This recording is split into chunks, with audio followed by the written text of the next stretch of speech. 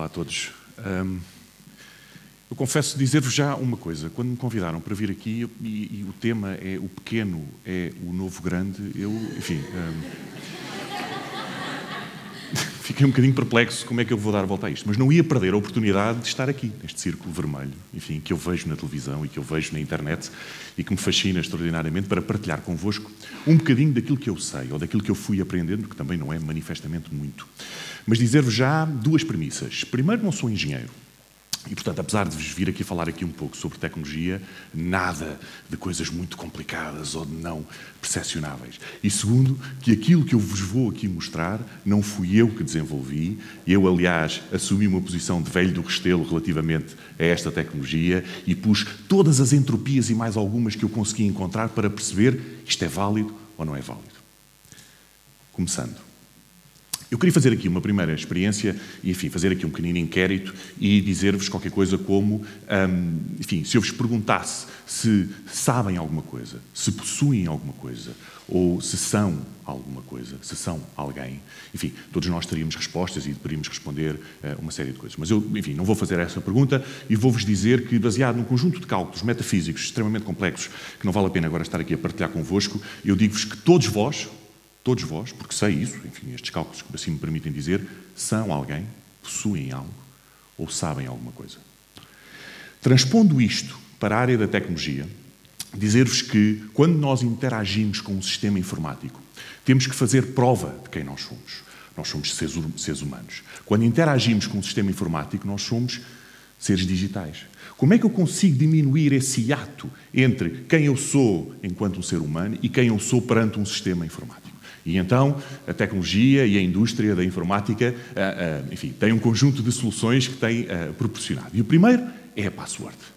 E a password, toda poderosa, esse estrangeirismo que nós nos habituámos a conviver, que é deste tamanho ou deste tamanho, com letras, sem letras, com letras grandes, com letras pequenas, que tem que ser mudada com muita periodicidade ou não, que me permite aceder ao multibanco ou comprar as cápsulas para eu comprar o sabor arábico lá das cápsulas do café.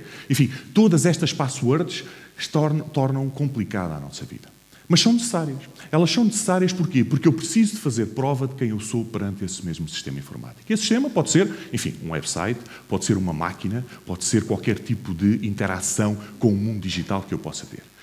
E o que nos é pedido a todos nós é que consigamos memorizar essas mesmas passwords, que cada vez são mais compridas e mais complexas. Então a nossa memória RAM é dedicada a memorizar passwords em vez de ser dedicada a outras coisas que era suposto fazer. Mas é também-nos pedido que nós façamos isso e que consigamos, ou que tenhamos a necessidade de alterar essas passwords com uma maior periodicidade. Porquê? Porque há aqueles senhores muito complicados que já estão na China e que fazem um cyber qualquer coisa e que lá vão roubar as nossas passwords, etc. Portanto, não só as temos que memorizar e temos que as ir alterando com maior periodicidade, como elas são cada vez mais complexas. E não nos deixam repetir a password. Então eu tenho uma password para isto, uma password para aquilo, uma password para não sei o quê, e entretanto o que eu quero é tomar um café. Eu só quero tomar um café. Quero pedir as cápsulas, o arábico, para tomar um café. Mais nada do que isso. E então a indústria diz assim, não, mas não há problema, nós trazemos outra inovação. Que eu vou usar aqui uma palavra também muito complicada, que é os tokens.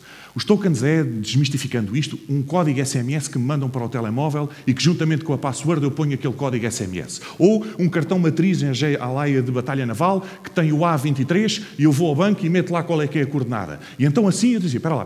Então, mas eu tenho uma password, que eu tenho que me lembrar da password, ela é deste tamanho, com letras e números e alfanuméricos e etc, e eu já não sei se é esta, se é a anterior, porque eu já tive que a mudar, e agora ainda...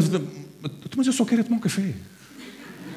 Mas eu só quero é tomar um café. Eu esqueci-me do telemóvel. Eu não tenho o telemóvel em casa. Mas mando-lhe um e-mail. E então, o que estamos aqui a verificar é que todas estas lógicas de redundância ou de auxílio que a indústria nos está a propor a todos nós, cidadãos, tornam a vida ainda mais complicada do que aquilo que ela deveria ser. Mais uma vez eu digo, eu só quero tomar um café. E então a indústria diz assim, não faz mal.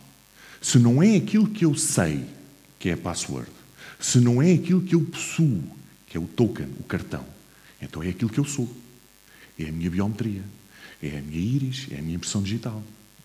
Está o problema resolvido. A password, eu não posso não recordar dela.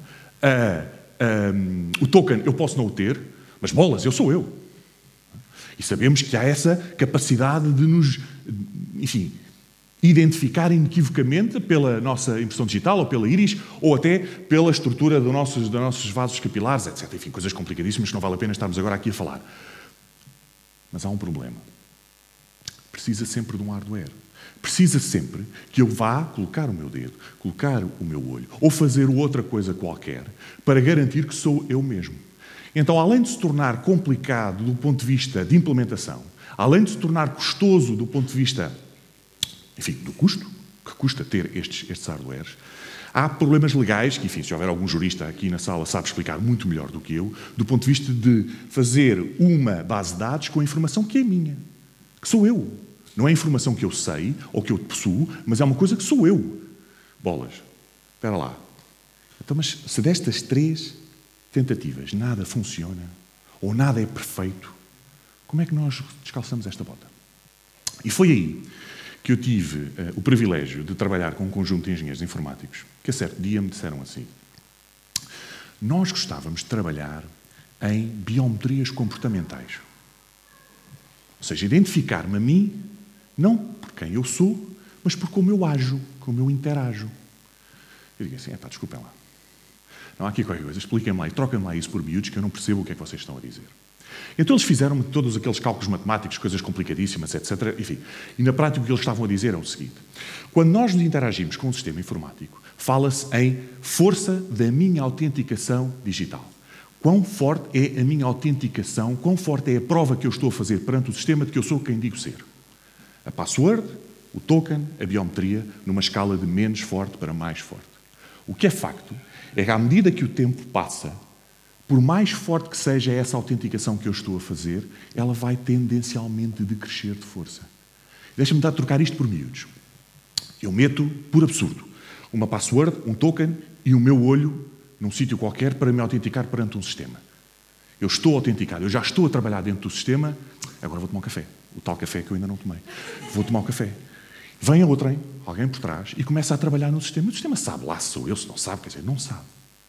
E é esse o problema que nós tentamos resolver. Como é que eu consigo, de forma totalmente transparente para o utilizador, e esta palavra transparente para o utilizador informática quer dizer que ele nem se apercebe do que é que se está a passar, totalmente transparente para o utilizador, e de forma persistente, fazer com que a força dessa autenticação não decresça à medida que o tempo passa, mas aumente.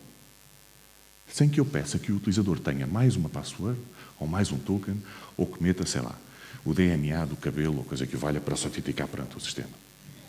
Como é que isto é feito? Como falei, biometrias comportamentais. Há 3 que eu saiba, eventualmente haverão mais, mas que eu saiba, há 3. Há a forma como eu falo, que me identifica a mim de forma inequívoca. E há algoritmos já pensados e fiáveis e capazes de me identificar a mim como Rui apenas pela forma como eu falo. O problema é o canal. O problema é dizer assim, ok, eu posso falar muito bem, o algoritmo reconhece-me com 100% de fiabilidade, etc. Mas se eu estiver a falar ao telemóvel e a chamada não for nada de especial, como é que isso funciona? Tendencialmente tem esses problemas. A forma como eu ando, asseguro-vos, eu tinha algum ceticismo relativamente a isto. Mas o que é facto é que com câmaras que são colocadas em sítios estratégicos de uma sala como esta, a forma como eu ando, e depois construindo modelos tridimensionais, consegue-me identificar a mim mesmo. Dizem eles. Eu ainda não vi nada que funcionasse com um grau de fiabilidade capaz. Enfim, aliás, o que se diz é que os algoritmos têm um grau de fiabilidade ainda muito baixo, o que não é, enfim, praticável na vida real. E todos nós não queremos dizer assim, bolas, mas sou eu. Bolas, mas eu tenho um sapato torto. Bolas, mas eu tenho aqui qualquer coisa. Portanto, os algoritmos têm que ser capazes de me identificar num conjunto múltiplo de situações.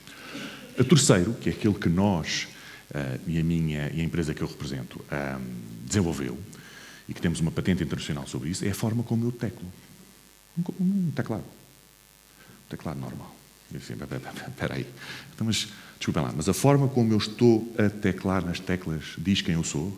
Essa agora, até o meio de manhã. De manhã eu estou fresquinho, estou cheio de genica, estou cheio de força, estou a teclar de uma certa forma. À tarde, não estou. Ou se eu estiver em cima dos joelhos a teclar. Ou se eu estiver com o telemóvel e a teclar só com uma mão. Ou se eu estiver um dedo partido.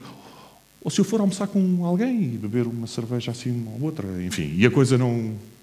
Enfim, se desenvolver, eu vou escrever ou eu vou teclar de forma diferente. E aí é que está a beleza do algoritmo ou da capacidade ou da tecnologia que nós desenvolvemos.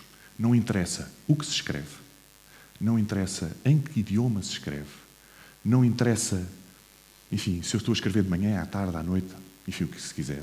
Não interessa se eu estou a utilizar este teclado ou aquele. Não interessa se eu estou a partilhar computadores com pessoas e agora estou eu logado e depois vens tu e logas tu, etc, etc, etc. Porque ele é completamente agnóstico a tudo isto. Então como é que nós fizemos? Ele diz assim, há uma coisa que se chama memória muscular. Nós não inventámos isto, enfim, lemos umas coisas sobre isto, enfim, digerimos esta coisa. E então a memória muscular diz que a forma como eu vou teclar e a forma como eu combino séries de teclas, a força com que eu coloco a pressionar a tecla e a largar, e o tempo que eu demoro entre uma tecla e outra, este conjunto de variáveis, o sistema vai conseguir criar um perfil para mim que me vai identificar. E isso é tudo muito giro. Mas amanhã, como já vos disse, eu tenho um braço partido, tenho uma tala, tenho o que quer que seja, eu estou a teclar de forma diferente. Então o perfil que ele tem criado para mim é dinâmico, não é estático, não é algo imutável. Ele vai aprendendo com a forma como eu vou teclando. E isto, na prática, quer dizer o quê? Quer dizer que eu preciso à mesma das passwords, quer dizer que eu preciso à mesma dos tokens, quer dizer que eu preciso à mesma das biometrias, se for esse o caso, ou de uma combinação multifatorial, enfim, destas todas. Mas depois de eu entrar dentro daquele sistema, depois de eu entrar dentro do perímetro de segurança, como se costuma dizer, eu continuo a garantir que quem está a interagir com aquele sistema é efetivamente a pessoa que diz ser quando se autentica perante esse sistema. E o que é que acontece quando o sistema detecta que não sou eu? As coisas podem acontecer. Ele pode fechar a sessão, ele pode me enviar um e-mail, ele pode pedir outra password, ele pode pedir uma biometria, ele pode pedir o que quiser. Esta é a tecnologia que nós desenvolvemos. Esta não sendo a tecnologia que nos dá o pão e a água para viver, garanto-vos que é aquela que me dá um gozo tremendo de desenvolver. E porquê? E aqui vou passo para uma segunda parte da minha apresentação, para vos dizer que, não sendo eu um engenheiro, sou alguém que gosta essencialmente de sair da sua zona de conforto. E quando nós criámos esta empresa, lemos as coisas todas, lemos os Blue Oceans e lemos os Greenfields e lemos os Ícaros e lemos tudo isso e dissemos assim, como é que eu vou cozinhar tudo isto à minha medida? Como é que eu vou conseguir fazer com que o pequeno seja grande? Como é que eu vou conseguir que uma pequenina empresa, meia dúzia de carolas, consiga lutar com grandes multinacionais? E há 4 características que, na minha opinião, enfim, vale o que vale, na minha opinião, fazem com que o pequeno seja o novo grande. Primeiro, é ágil. Nós conseguimos ser muito, muito ágeis. E a imagem que eu costumo dar é um barco a motor ou um petroleiro. Não é? Um petroleiro quer virar, demora a virar. Dentro de uma grande empresa, aquilo demora. Primeiro que alguma coisa aconteça, aquilo demora. Uma startup, uma empresa pequena, qualquer coisa que se faz, aquilo que se chama o golpe de asa, e nós conseguimos mudar, nós conseguimos alterar o rumo das coisas. Depois, há relevância. Eu sinto que estou a fazer alguma coisa. Eu sinto que aquilo que estou a fazer, a apreender, é algo que vai mudar o rumo. É algo que vai trazer, enfim, uma consequência, digamos assim. E não é algo que mexe absolutamente quase nada na direção daquela empresa ou na direção daquele projeto. Terceiro é a paixão. Falámos aqui de manhã. Paixão é fundamental. Eu conseguir levantar-me de manhã e ter aquela ânsia toda e ter aquela vontade de ir e chegar lá e a coisa não funcionar e eu dizer assim, pois, mas amanhã eu estou cá outra vez, porque enfim, isto vai ter que funcionar. Toda essa paixão de nós sermos persistentes, ou como alguém me dizia, insiste, persiste e nunca desiste, e conseguir fazer as coisas acontecer, essa paixão é fundamental. E em último, dizer-vos que temos que estar rodeados das pessoas certas. Nós não sabemos tudo. Nós não sabemos tudo. E é depois da capacidade de comunhão, da capacidade de conseguirmos, de alguma forma, beber os ensinamentos de pessoas mais velhas, mais novas, quem está por cima de nós, abaixo de nós, ao nosso lado, o que quer que seja. Pessoas que nada têm a ver com a tecnologia, pessoas que nada têm a ver com aquilo que nós fazemos, que nós conseguimos ir compondo e conseguimos ter aquela capacidade do Colombo, não é?